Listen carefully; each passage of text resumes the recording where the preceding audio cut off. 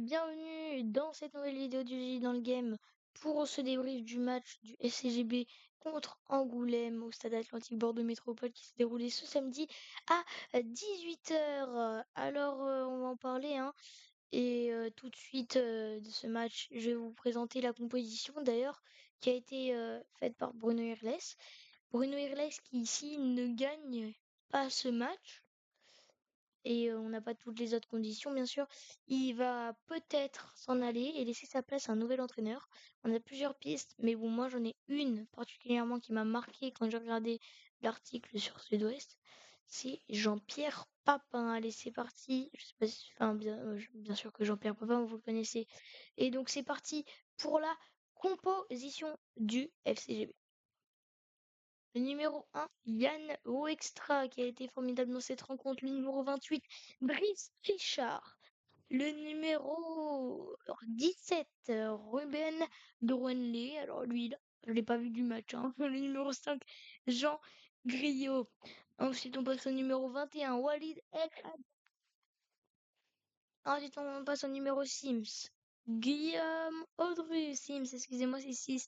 Le numéro 8, Abou Ba. Le numéro 24, Adama Diop. Le numéro 27, Steve Chamal. Le numéro 18, Ludovic Etondé.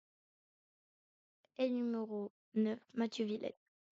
Voilà pour cette composition. Et on va tout de suite passer au match. Alors, pendant le match, il s'est passé plein de choses. Voilà. Pas tout dévoiler tout de suite.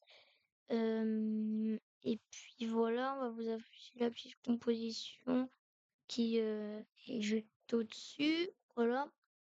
Et donc, bon, bah, qu'est-ce que je pourrais vous dire du match? Alors déjà, on va vous parler déjà du Verachut qui a fait un magnifique tifo et qui a aussi mis un ballon sur la pelouse du match Village Gentil. Vous allez voir tout ça en vidéo.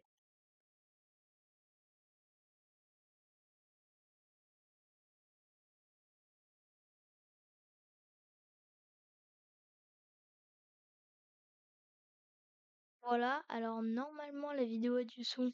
Je vous dis qu'elle n'a peut-être pas de son, mais voilà, vous l'avez vu, Yano Extra et bien sûr l'entraîneur en train d'éclater les ballons du virage sud. Alors l'entraîneur il n'a pas éclaté, apparemment il a laissé. Bon, je sais pas. Ensuite la pelouse était magnifique, Vous avez pu le voir dans l'extrait. Regardez la pelouse, elle est vraiment magnifique, Cette pelouse, le petit que vous voyez derrière Bruno Irles. Là, elle a été vraiment bien faite pour ce match. Parce qu'on a eu des petits problèmes depuis quelques matchs, voilà. Donc, j'ai essayé de finir cette vidéo en 7-8 minutes. Et on va passer tout de suite au premier but des Girondins. Voilà, c'est comme ça que ça s'est passé. Ah, ça c'est pas mal. Vite, touche là. Oui, et le voilà, le but. Ouverture du score par Mathieu Villette à la 30e minute de jeu sur ce beau service en retrait de Steve Chamal. Le déclic peut-être pour les Girondins de Bordeaux dans ce match. Bon alors là c'est un vrai but d'avant-centre. Alors c'est exactement ce qu'on disait tout à l'heure. C'est que là, ce qui s'est passé, c'est que Etondé, il a été bon dans cette transmission de balle. On l'a vu, Mathieu Villette, sur petit, ce petit résumé. Regardez-moi cette magnifique passe. Vous avez entendu les commentateurs qui savent pas comment expliquer ce but qui est magnifique.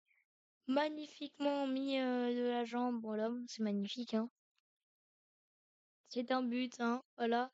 Et c'est le premier but des Girondins de Bordeaux.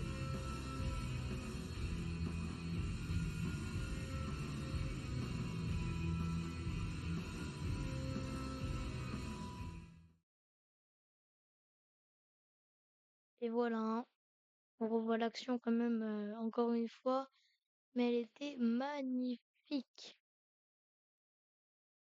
Voilà, enfin, on va passer avant, juste avant la fin, on s'est pris un carton jaune pour El Hadjam. Voilà, et un petit changement qui avait du bien, parce que, bon, pas du bien à Bouba qui s'est blessé. Et donc voici le changement, Abouba et Fassal Manaï qui rentre. Celui, je trouve, qui est très bon pour cette saison. Ensuite, on passe à la deuxième mi-temps.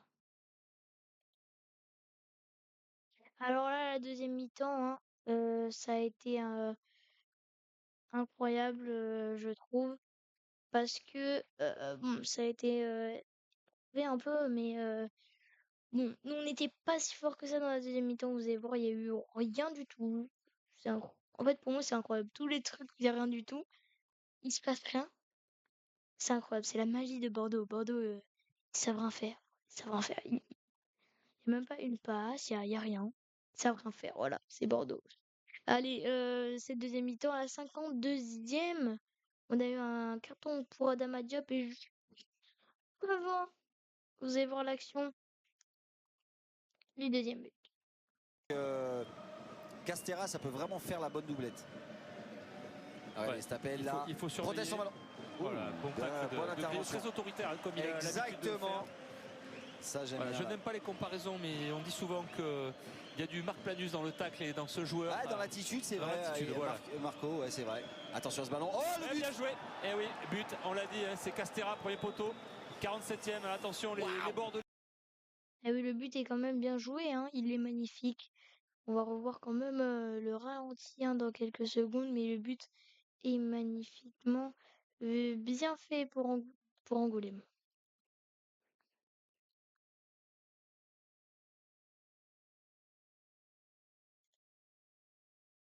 Voilà, ça c'est relaxation, mais c'est pas ça qu'on veut voir. Alors voilà, pour ce match, et là, on a quand même, je trouve qu'Angoulême, ils sont quand même repris des points hein, par rapport à d'habitude, voilà, et on l'a juste ici, le 1-1. Et donc, voilà pour ce match, hein. Et je vais vous montrer tout de suite le classement. Alors, je vais essayer de le faire glisser un peu au milieu hein, pour que vous le voyez mieux. Mais donc, en premier, on a La Roche-sur-Yon. En deuxième, Avranches. En troisième, Les Herbiers. En quatrième, Angoulême. Angoulême, ce qu'on vient d'affronter. En cinquième, Poitiers. En sixième, Châteaubriand. Nous, on est septième, Bordeaux. Parce qu'il y en a beaucoup qui ont perdu derrière en huitième. Bayonne, 9e, Choré, 10e, Lorient, 11e, Granville, 12e, Semur. Bon, voilà, après Saint-Malo, 13e, c'est pas mon problème. Voilà, merci d'avoir regardé la vidéo et à bientôt pour une nouvelle vidéo du GG dans le game.